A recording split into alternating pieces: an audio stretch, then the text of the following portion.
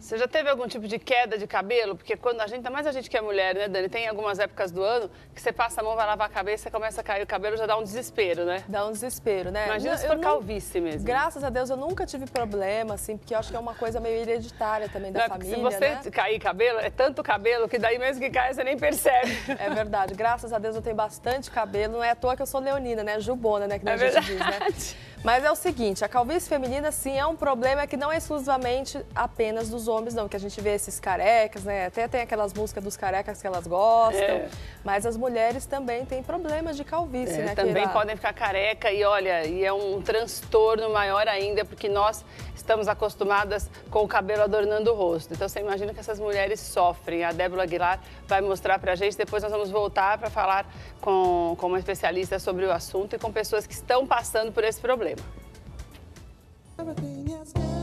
Em se tratando de beleza, os cabelos são uma das maiores preocupações femininas e merecem atenções constantes. Afinal, a queda excessiva de cabelo vem afetando cada vez mais as mulheres.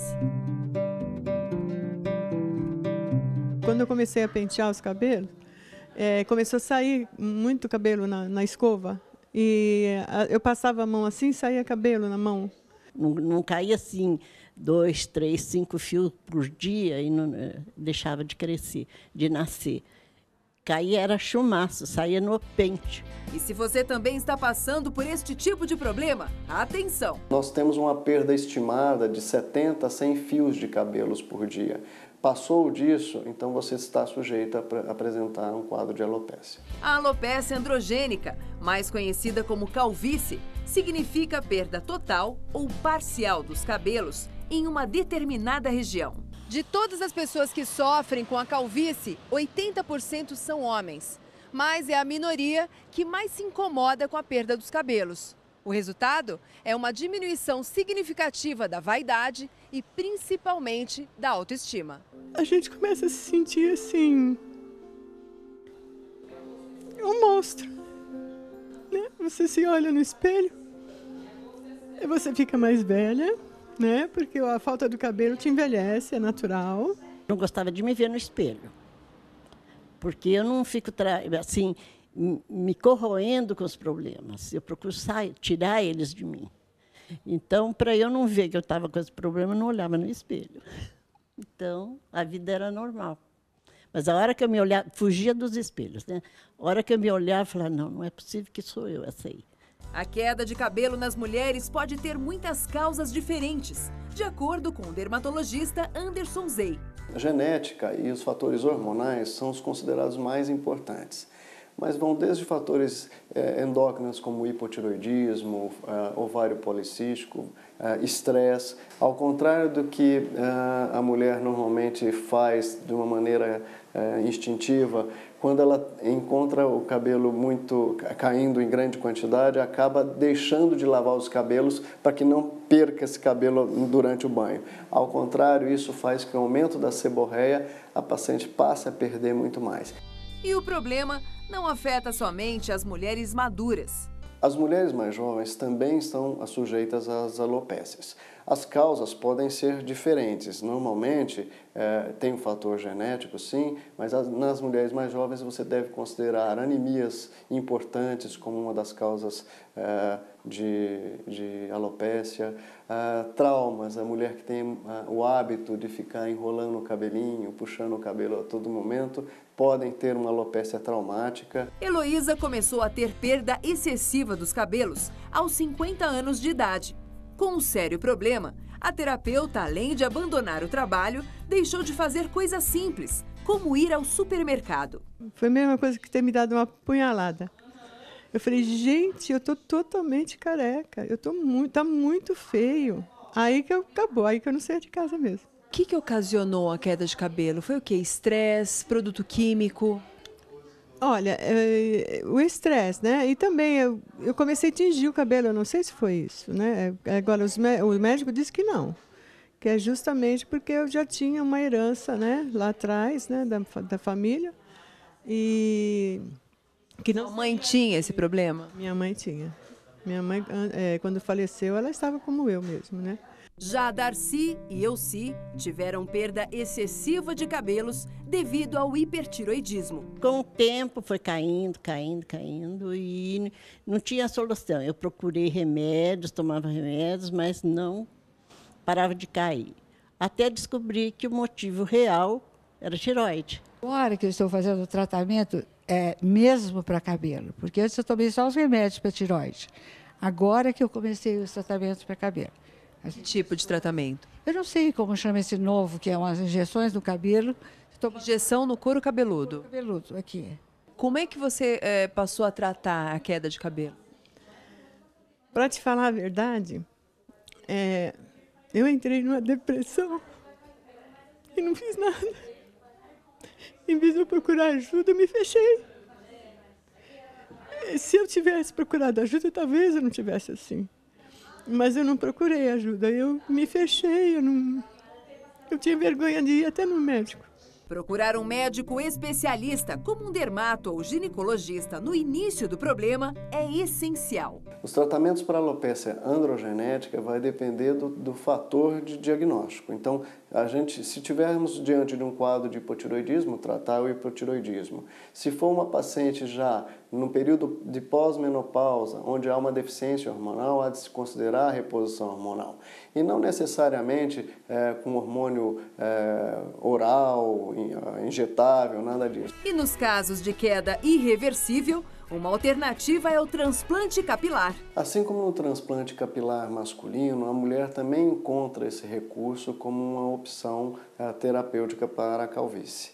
Então, nós podemos fazer o mesmo procedimento, desde que haja uma área doadora, que é essa área, região lateral, né, ao couro cabeludo, essa região inferior. O senhor pega do próprio cabelo do próprio cabelo da paciente. Você extrai os folículos e implanta na área onde há perda capilar.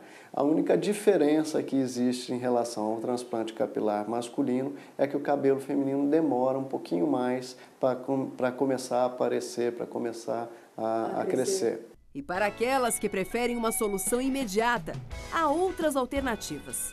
Como Heloísa, Elci e Raquel, a prótese capilar também é indicada. O alongamento hoje é muito combatido, porque o alongamento você faz como se fosse um enovelamento, né, um trançamento dos fios sobre os fios já existentes da paciente. Ou seja, aquela técnica com queratina não é indicada? Não é indicada porque ela acaba causando um peso maior sobre o fio já fragilizado e a perda pode ser mais importante. Então, essas pacientes, após o alongamento, acabam perdendo o próprio cabelo que ainda existe. Já as próteses capilares não teria nenhum problema, porque elas são moldadas e não impedindo a transpiração, a troca de oxigênio do couro cabeludo. Então, enquanto a paciente utiliza a sua prótese, por exemplo, durante um período de quimioterapia, ou até para esperar o tratamento ter um resultado, o cabelinho que está crescendo embaixo dessa prótese, ele vai continuar no processo de tratamento sem nenhum prejuízo para essa paciente. O peruqueiro Luiz Crispim devolveu a autoestima a essas mulheres. Para cada uma, ele desenvolveu uma prótese personalizada. Eu nunca imaginei que eu ia lidar com histórias de mulheres tão sofridas. Eu comecei a ver que a necessidade do cabelo era muito importante.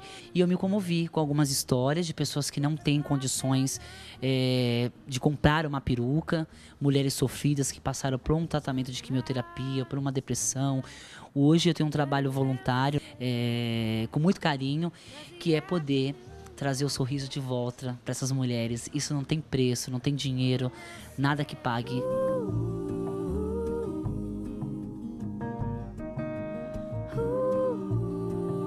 Hoje você não tem mais problema de se olhar no espelho, né? Não, de jeito nenhum. Antes, a gente se sente um pouco feia, depois se sente completa. Você se sente linda agora? Me sinto. E agora, Heloísa, você é uma mulher feliz? Muito feliz. Dá para ser, né? Está se sentindo mais bonita? É mais bonita, mais jovem, né? Porque eu cheguei a me sentir como se fosse uma velha de 90 anos. E o maridão aprovou o resultado? Oh, e agora tá ciumento, que você nem imagina. Sunrise, sunrise. couldn't tempt us if it tried, 'cause the afternoon's already come and gone. Dona Heloísa, quer dizer então que o marido ficou ciumento, é? É, ficou bastante. Mas além, nada melhor do que não só o ciúme dele, mas a gente se sentir bem, que é o que está acontecendo, tanto com a Dona Heloísa, que está aqui com a gente, que você viu a história dela na reportagem, como a Dona Darcy Miranda, que também veio contar a história dela, e a Doutora Letícia Bertazzi, dermatologista. Mudou completamente sua vida, né? Porque eu vi que a senhora se emocionou só de ver, de se ver sem a peruca, porque a senhora não, a prótese, porque a senhora não costumava se olhar no espelho, sabe? Não. É como a doutora estava falando, a gente se nega, né? A gente nega, não está acontecendo comigo. Então, eu não olhando no espelho, eu não via, né? O que estava acontecendo. O cabelo estava caindo tanto. Aí, quando eu fui ser madrinha de um batizado, que tiraram as fotos, nossa, eu levei um susto. Eu estava totalmente careca.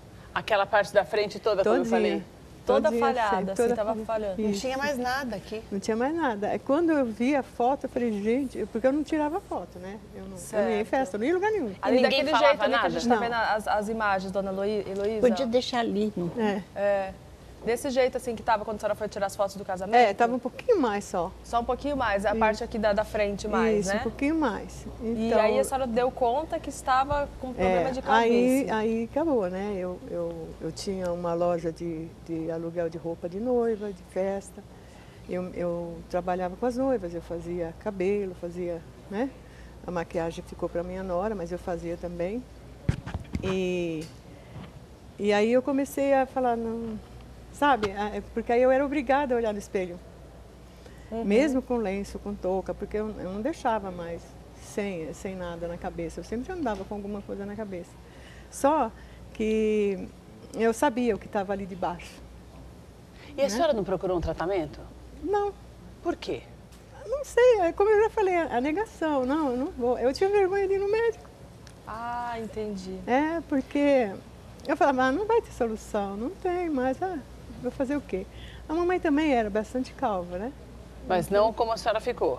Ficou, a mamãe ficou. Quando ela faleceu, ela estava quase igual. Não estava igual, mas estava quase. E a senhora falou, por exemplo, se vê da maneira como a senhora está se vendo na tela? A senhora já tinha se visto? Como olhando essas imagens que estão na tela agora? Não, eu não gosto de olhar. Me desculpa, mas a senhora não tinha percebido que era tanto? Não. O dia que eu percebi, eu levei um susto e falei, não, eu tenho... Aí eu me fechei, vendi minha loja por troco de banana, vendi tudo.